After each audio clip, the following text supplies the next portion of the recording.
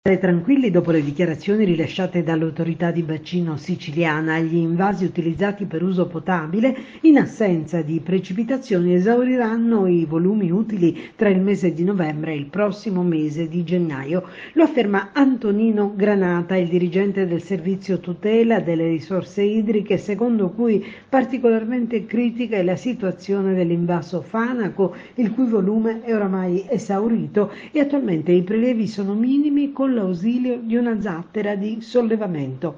Ricordiamo, il Fanaco rifornisce Agrigento e Caltanissetta, ma è una situazione che al di là dell'assenza di piogge pesa anche sull'amministrazione regionale e sulla burocrazia.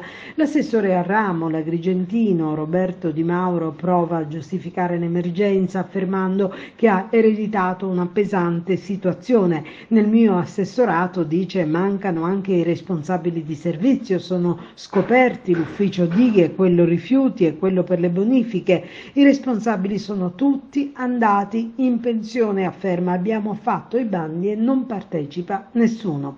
E ci sembra una situazione davvero paradossale in una Sicilia che forma cervelli e li spedisce al nord e all'estero. Dunque qualcosa non quadra.